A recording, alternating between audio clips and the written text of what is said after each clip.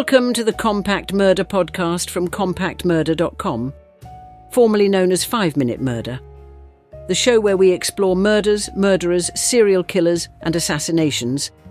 This is episode 39, The Assassination of Malcolm X.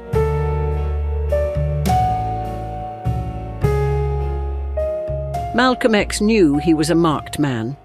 He had been followed, threatened, watched and betrayed. And on February 21st, 1965, as he stepped onto a stage in New York City to deliver a speech, he faced the final chapter of a life defined by transformation, conflict and courage.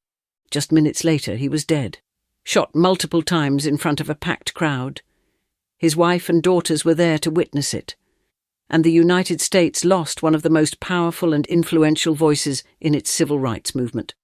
This is the story of Malcolm X, of how he rose, how he broke away, and how ultimately he was silenced. Malcolm Little was born in 1925 in Omaha, Nebraska. His father was a preacher, his mother a writer. But they were also activists, and his father's work promoting black self-reliance brought trouble. The family faced constant threats. His father died under suspicious circumstances when Malcolm was just 6. Officially, it was an accident. But many believe white supremacists murdered him. The trauma didn't stop there. Malcolm's mother suffered a mental breakdown and was institutionalized. He bounced through foster homes, and by his teens, he'd slipped into petty crime. Eventually, he landed in prison. That's where everything changed. Behind bars, Malcolm discovered books. He read voraciously, educated himself, and found a new purpose in the teachings of the Nation of Islam. By the time he left prison, he had adopted a new name, Malcolm X.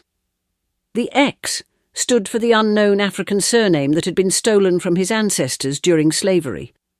He rose quickly through the nation's ranks, becoming the public face of the movement. While Dr. Martin Luther King Jr. preached non-violence, Malcolm X spoke of self-defense. Where King dreamed of integration, Malcolm urged separation and self-reliance. He didn't soften his words for comfort. He made Americans uncomfortable, black and white alike. To some, he was a hero. To others, a threat. His charisma, intelligence and fire made him impossible to ignore. And in the 1950s and early 60s, when cameras came calling, it was Malcolm X who stole the spotlight. But even as his public star rose, cracks began to form behind the scenes. Malcolm was intensely loyal to Elijah Muhammad, the leader of the Nation of Islam. But when he learned that Muhammad had secretly fathered children with several of his secretaries, violating the group's teachings, Malcolm was devastated. He began to question the integrity of the organization and its direction. Their split became inevitable. In 1964, Malcolm officially left the Nation of Islam. He founded the Muslim Mosque, Inc., and the Organization of Afro-American Unity. That same year, he travelled to Mecca.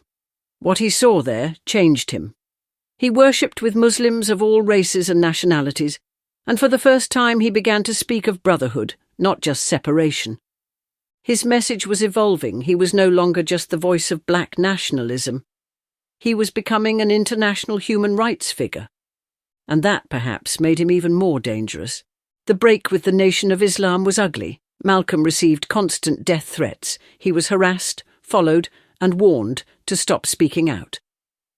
Just 1 week before his death, his home was firebombed while his wife and children slept inside. And yet, he kept going. On February 21st, 1965, Malcolm X arrived at the Audubon Ballroom in Manhattan to deliver a speech. Around 400 people gathered. His wife, Betty Shabazz, and their daughters were in the front row. Just after he began speaking, a man in the audience caused a distraction. Malcolm told the crowd to calm down. Then gunfire erupted. 3 men opened fire. Malcolm was hit at least 15 times. His wife rushed to his side. Chaos broke out. One of the shooters, Talmadge X. Heyer, was caught at the scene. 2 others, Norman 3X Butler and Thomas 15X Johnson, were arrested later. Malcolm X was pronounced dead shortly afterwards. He was 39 years old. The official story was simple. Members of the Nation of Islam, angry over his departure and public criticism, had orchestrated the murder. Heyer admitted his role, but he insisted that Butler and Johnson were innocent. And for decades, many believed him. The FBI had been monitoring Malcolm X for years. Through a covert program called COINTELPRO, the Bureau actively infiltrated and disrupted black activist groups, including both the Nation of Islam and Malcolm's new organizations. Recently declassified files suggest that federal agents knew violence was likely, but didn't intervene. In 2021, more than 55 years after the murder, Butler, now known as Muhammad Abdulaziz, and Johnson, now known as Khalil Islam, were exonerated. They had spent decades in prison for a crime they did not commit. A Netflix documentary and renewed investigation finally forced the justice system to admit what many had long suspected. The whole truth about Malcolm X's assassination had been buried for decades. But if 2 innocent men were convicted, then who were the others involved? How far did the plot go? And who allowed it to happen? Even now, we don't have all the answers. What we do have is Malcolm's legacy. After his death, Malcolm's autobiography, written with Alex Haley, was published. It remains one of the most influential books on race and identity in the United States. His speeches, once seen as too radical, are now studied and celebrated for their clarity, passion, and relevance. Over time, public perception shifted. No longer just the militant firebrand, Malcolm X is now seen as a man who evolved, a man who was unafraid to admit when he had changed, a man who believed in justice, even if it meant walking alone. His voice echoed in the rise of the Black Power movement. It echoes still in the calls for racial justice today. Movements like Black Lives Matter draw directly from the legacy of leaders like Malcolm X, those who refused to be polite about oppression. In the end, the bullets silenced the man, but not the message. He warned us that racism was deeply rooted, that equality required more than patience, and that power never gives up without a fight. He challenged America to live up to its promises, and for that, he became too dangerous to leave alive. Malcolm X once said, "If you're not ready to die for it, put the word freedom out of your vocabulary." He lived those words, and in doing so, he paid the ultimate price.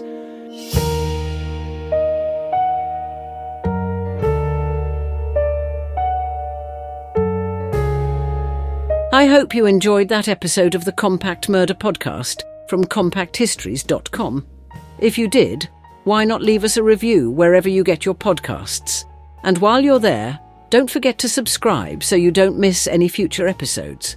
If you would like to support us more directly, please consider buying us a coffee. Head on over to compacthistories.com/murdercoffee to see how. Also, please check out our other Compact podcasts. You will find them all at compacthistories.com. Thanks for listening. I'll see you next time.